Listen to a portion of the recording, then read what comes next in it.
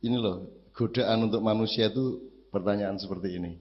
Kowe nek bojomu meteng, kowe gelem nrimo bayimu sok-sok nek wis cetha rupane apa wis ben wae meteng kok pokoke nek wis lahir lagi kowe ngerti rupane. Apa kowe kudu ngerti rupane sik lagi bojomu kok tengi ngono? Nanti masih Mas yang tanya aja. Gimana Mas? Jadi pokoknya sing penting mbuh engko piye rupane penting bojoku meteng ngono lho. Dadi kowe iki aja njaluk saiki sing jenenge ketemu Gusti Allah masuk ke gelombang zat iki piye rupane wujude iki aja takon saiki. Apike wis piye? Kowe gare gelem ora rono engko nek kowe takon saiki wujude iya ya koyo engko kowe gelem gawe lagu nek wis jelas payu ngono to. Ya aja kowe gelem nyupir taksi nek jelas sing penumpange pira ngono ayo ora sida nyambut gawe kowe. Jadi ndak usah nanya itu, pokoknya dinikmati aja perjalanannya itu, bukan panennya yang kamu nikmati, perjalanannya, bentuknya bagaimana tan kino yang opo, tan kino kini rolaisa kamidli syai'un. Ngono lho, Dik. Walam nek kowe mengandalkan pengetahuan nganti tekan semono, kowe tidak bisa menikmati tidak tahu. Orang ngerti iki penting ya. Kita tidak ngerti itu penting, jadi bukan hanya ngerti penting itu. Nggak ngerti itu ya penting. Misalnya kamu tidak ngerti persis isinya isi hatinya istrimu, itu juga penting. Nak gue ngerti persis, mesti pegatan, biar seminggu pegatan. Nak gue krungu tenan, atine kayak ngomong apa. Aku iki sering janjane nek ora tak kuat-kuat ke hatiku ki yo pengen matane akeh wong aku. Lah aku ngerti atine kayak ngomong ngene ngerti, saka mripate aku wis ketara wisan, wis ketok. Dan saya menahan diri jangan sampai saya tahu. Jadi sok-sok kuping tak buntu, mripat tak tutupi. Karena ketidaktahuan itu penting untuk saat yang tepat gitu loh, Dik. Itu piye to kowe iki? Apa kowe iki menempuh karier anggar wis jelas sok-sok aku dadi menteri ngono lah ya ora ta ya. Ya menempuh terus gitu ya, Dik ya. Cetha ya. Jadi jangan tanya wujudnya nanti gimana kalau sudah ketemu gelombang gitu sing kepriye. Wis tak lakonono wae. Gitu loh. Iya ya. Ngono ya, Dik ya. Wah, sing nikmat ki lera ngerti kuwi ya. Kowe iki gaple nek langsung dibuka ngene ra lucu. Mergo ditutup kuwi njur ngene. Ngono ah sing penak ki le ngudut kuwi kok malah blek. Lah saiki nek wong wedok ora nggo pakaian kabeh wis ora menarik, seminggu wis bosen. Justru mergo saya brukut kuwi wis marake penuh gairah. Mergo ditutupi kuwi, gitu loh. Ngono ya Beb ya. Oke, terus mungkin tidak satu persatu tapi seingat saya. Jadi misalnya gini, barusan saya tulis beberapa hal. Sorry. Lagi bisa nih aku nyatet ngene iki nggo wong pati soalnya. Sebenarnya 3 gelombang itu simplifikasi saya. Sebenarnya juga tidak 3 gelombang, itu bisa 7 gelombang, bisa 9 gelombang, bisa gelombang tidak terbatas. Itu juga ojo njur dadeki rumus 3 gelombang. Itu untuk memudahkan pada semester 1 ini X, Y, Z ngono tok ning janjane nanti ada variabel X aksen, X akar berapa, Y aksen, Y plus, Y min, itu juga ada variabel-variabel. Jadi kalau saya sebut 3 gelombang itu ojo didadekke padatan ya. Itu cuman pintu untuk masuk. Nanti ketika Anda memasukinya, Anda akan menemukan. Itulah sebabnya Allah itu kalau berfirman itu ada 3 macam Bapak. Sampean perhatikan Quran, sampean baca. 1 perintah. Nomor 2 ngandani. Nomor 3 rembuk. Jadi Allah itu ada firman yang sifatnya rembuk. Rembuk ki ora dikandani tenanan kowe. Misalnya Ashabul Kahfi ki pira ki karo Gustilah nganti akhir Al-Kahfi ora dikandani. Ana sing ngarani 3, ana sing ngarani 5, ana sing ngarani 7 kan ngono. Dan itu tidak akan pernah dibuka. Dan kowe aja njaluk dibuka. Cetane pira iki? Rasa ngono kuwi. Oh sing penak ki ra cetha kuwi kok. Jadi Anda ini belum mengerti nikmatnya misteri. Tolong dinikmati. Jadi yang kamu maknai itu bukan hanya pengetahuan, ketidaktahuan juga tolong dimaknai. Itu juga indah luar biasa. Dan rumus pemanaan yang paling tinggi adalah kecerdasan bersyukur. Wong saiki iki ora pinter bersyukur ki apa? Dadi mulane ora indah uripe. Semakin tinggi kecerdasanmu untuk bersyukur, semakin indah hidup ini. Ngono kira-kira. Nganti sing paling ora penak wae iso dimaknai dengan rasa syukur dadi indah kok. Tenan kuwi. Kalau kamu nanti punya anak, selesai hidupmu enak. Karena seluruh penderitaan yang kamu alami, kuwi langsung kamu bilang sama Allah, ya Allah, 10 kali lipat dari penderitaan yang sekarang saya alami, saya ikhlas. Cuman saya mohon seluruh penderitaan saya ini untuk membayari kesejahteraan dan kemaslahatan anak-anakku besok-besok. Wis ora apa to menderita dadi ini. Saya kowe menderita, saya anakmu bahagia. Nek ana rumus dialektika kaya ngono kan malah apik. Dadi wis ora apa-apa. Mulane seorang ibu akan mengatakan, "Mbok, anakku iki aja lara, sing lara aku wae, nek perlu ki lho mripatku peken nang nggar anakku ora lara," kan begitu. Jadi begitu banyak makna hidup yang sebenarnya wis garing gledhi ya dhewe. Tetapi orang sekarang menyempitkan diri dengan menganggap bahwa yang bermakna itu cuma materi. Gitu loh. Engko nek wis ana materi tenan ya ora iso memaknai, akhirnya ya ora bahagia. Wis entuk duit, bingung, ditransfer nang wong wedok 50. Karena dia tidak mampu memaknai. Omahe gede banget misalnya, dia juga tidak bisa memaknai. Piye karepe omah gede karo omah cilik iki bedane apa? Nek klambimu 20 karo klambimu ming 3 iki bedane apa? Apa ya kowe nek klambimu 20 sekali pakai 5 rangkep ngono piye? Nah itu kan soal pemaknaan. Toh akhirnya ya menganggo siji to, Pak. Sing dienggo klambine ya ming siji apa ya nganggo klambi loro lak ya ora. Duwe panganan pira wae iso tuku beras sak ton sedina wong sugih. Ning ya apa kowe arep mbadhok sego sak ton lak ya ora. Nah, kalau orang terjebak pada materi, dia akan kehilangan kenikmatan hidup. Dan itu yang terjadi di Indonesia. Orang berebut cari duit, berebut korupsi, itu pun gagal. Tujuannya materi, tapi tetap gagal tuh Indonesia. Tetap dibilang tertinggal, negara berkembang, negara dunia ketiga. Gagal tuh, padahal tujuannya materi. Nah, aku bilang sama kamu, negara-negara lain, itu tujuannya bukan materi. Maka mereka malah menang soal materi. Sebab energi muntek tinggu golek duit, akhirnya apa jenenge? Untuk pemanaan yang lain kamu sudah kehabisan energi. Misalnya aku sering ngekei contoh, tukang becak iki nggo golek duit kan sedina orang nganti seperempat jam 20 menit. Le becak sedina. Ning le ngentekke energi untuk golek duit lah nek mung pas nyang-nyangan ki tok.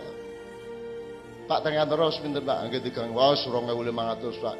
Pun loro 750 lah. Lah pas itu tok dia cari duit. Begitu mulai ngenjot isi batin duit ora. Begitu ngenjot kan wis mesti entuk duit to. Masa kowe isih mikir duit? Begitu ngenjot itulah giliran untuk memaknai becak. Alhamdulillah aku iso becak. Ambok sak ampu-ampue wali kota nek wani becak kaya aku totoan driji. Tetep aku sing luwih ampuh mergo aku wani becak, kebanyakan orang ora wani becak. Ya ta, Pak? Ya ta? Lho kuwi lek makna to. Kabeh wong cak mau jadi presiden. Oh aku ora dadi presiden wani kok pemenang dadi presiden. Ora dadi wani kok. Ora dadi apa-apa ki lho wani, apa meneh dadi apa-apa.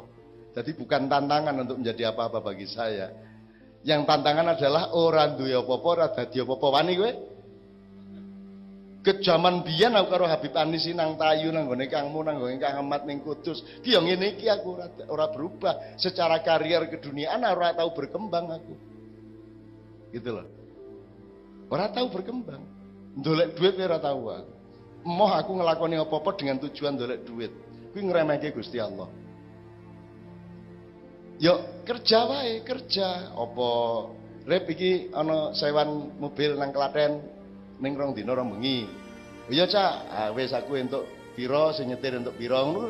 Nyambut gawe wae tak nikmati. Perkara entuk duit pira, lah Gusti Allah sing tanggung jawab nang aku wae. Sak ngel-ngel gawe aku mosok ora tanggung jawab.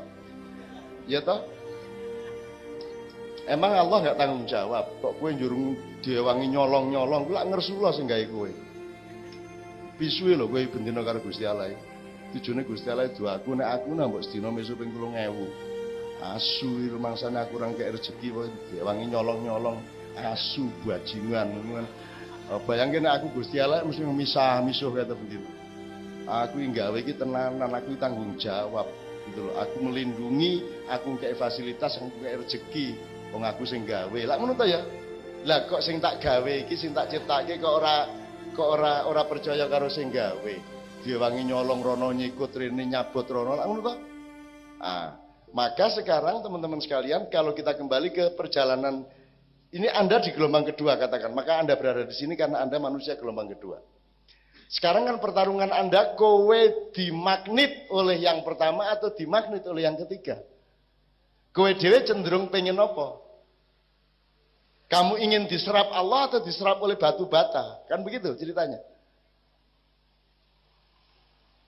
Ya pasti Anda memilih diserap oleh Allah.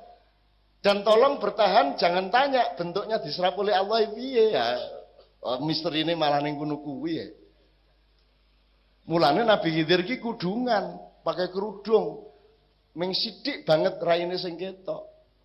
Karena dia lambang dari keindahan hidup. Bukan dibuka breh ngono malah. Mulane wong lanang iki ora di aurate ming semene to.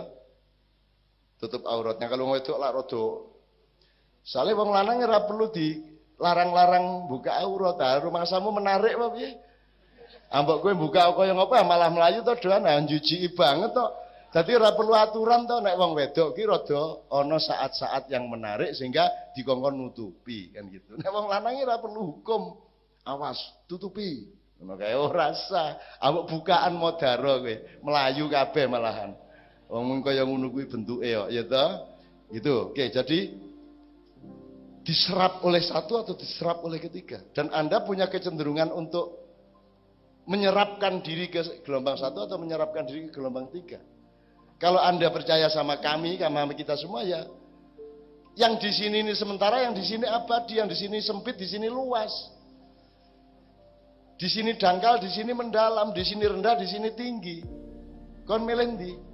Gelombang satu ciri-cirinya dangkal, rendah, sementara, tidak punya martabat. Itu ciri-ciri gelombang satu. Kadunyan, pokoknya bangsa kerak. Gelombang ketiga ciri-cirinya keluasan, yaitu alwasi. Ciri-cirinya ketentraman, ciri-cirinya kedalaman, intimitas, kedekatan, nyawiji. Kowe nek karo materi ra iso nyawiji. Piye carane wong kowe karo bojomu, kowe pelukan erat, kuwi sing nempel berapa persen dari tubuhmu? Coba dihitung. Kowe nempel lho iki, padha mudane ya, ngene iki. Kuwi sing nempel pirang persen? Ana 30%? Ndak ada. Jadi nek materi ndak bisa nyawiji, ndak bisa bertauhid sama materi kamu. Pasti kamu akan meninggalkan dan pasti kamu akan ditinggalkan. Jadi untuk apa itu kamu nomor satukan? Dunia penting, tapi dia bukan skala prioritas nomor satu. Karena sehebat-hebat dunia, seberapapun pencapaian duniamu, akhirnya dia masih tergantung pada gelombang ketiga, yaitu pemaknaan atas harta itu. Banyak sekarang orang tidak mampu memaknai. Duwe meripat, ora iso memaknai meripat, duwe kuping, ora iso memaknai kuping. Gitu. Makanya pertanyaan Allah adalah walal akhiratu khairul laki minal ula. Terus saiki nyuwun sewu Pak dibandingke Pak. Wong tua-tua kelek nasihati ngene. Le pokoke kowe iki ya nyambut gawe sing tenanan ya nek iso piye carane ben iso tambah maju uripmu ya, mundak pangkatmu, jabatanmu iso mundak, ning aja lali ibadah lho ya, gitu kan? Jadi kalau kalimat ini tadi meletakkan tujuan dunia nomor satu atau nomor dua? Tempuhlah kariermu, sing penting aja lali salat ngono ta? Jadi salatnya sekunder apa primer? Ayo aku takon. Primer itu artinya utama. Lho nek utama kalimatnya orang ngono. Nek salat ibadah itu primer, le sing penting kowe golek Gusti Allah ya. Ning aja lali nyambut gawe. Ngono kalimatnya. Itu berarti Allah primer, dunya sekunder. Sing ndi sing bener, Mas? Yang primer ini keduniaan apa Allah? Loh, nek nasihatnya tadi kan terbalik. Pokoknya karier mulai sing maju, alhamdulillah lho anakku saiki iki. Gaji asline iki meng 6 yuta. Ning ya iso tuku mobil lokal, masyaallah. Gusti Allah nang kei rezeki. Padahal kuwi korupsi karepe. Iso gawe masjid, iso gawe ngono lho. Padahal itu korupsi maksudnya. Dan ibu-ibu bangga. Ya Allah, anakku saiki wis show ning dindi lho, dadi penyanyi dangdut kare karo ngene-ngene sing ngeterke ibune nganggo jilbab, nganggo wiritan ya masyaallah alhamdulillah anakku saiki wis eksis. Wis eksis urung XL. Kan gitu. Piye to wong-wong iki uteke kualik-kualik. Nek miturut Allah kan jelas ayatnya wabtaghi fima atakallahu darul akhirah wala tansa nasibaka minad dunya. Itu pedoman, itu metodologi untuk menemukan Allah.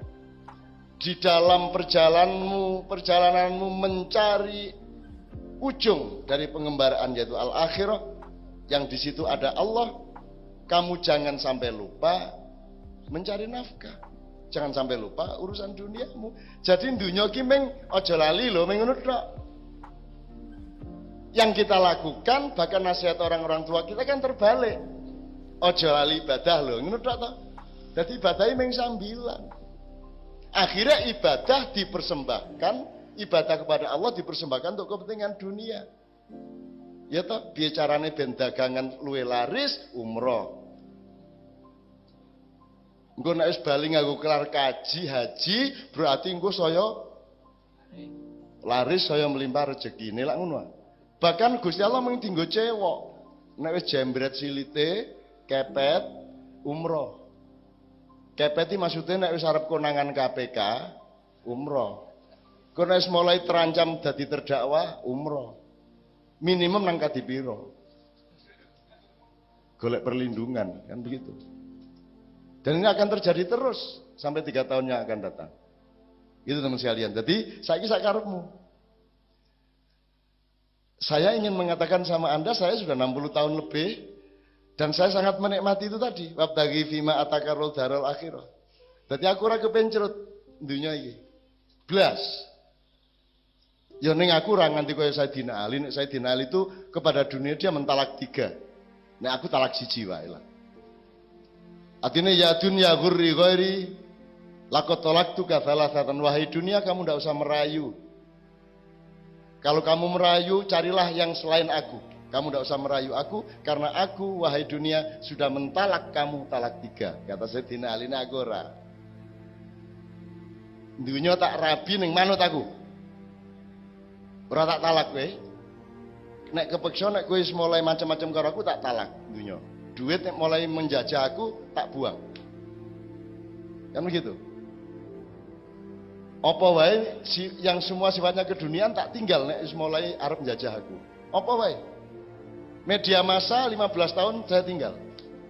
Televisi saya tinggal, tidak mungkin saya siaran televisi. Kalau ada di ADTV Jogja itu bukan kita siaran di televisi. ADTV ngambil acara seperti ini dimuat. Tapi bukan kita syuting untuk televisi. Karena televisi kalau ngajak kita syuting mereka yang ngatur, saya tidak bisa diatur. Aku ora iso diatur sapa-sapa. Aku ora taat karo Kanjeng Nabi ora taat aku. Moder aku ya yo. Cakmu ora taat karo Kanjeng Nabi. Ya ora no. Taat nang Gusti Allah no. Kanjeng Nabi dudu Gusti Allah, Kanjeng Nabi ki mung dikon ngeterke apa wae sing kudu kok taati saka Gusti Allah, tapi hak untuk ditaati itu Allah Subhanahu wa taala. Ngono lho.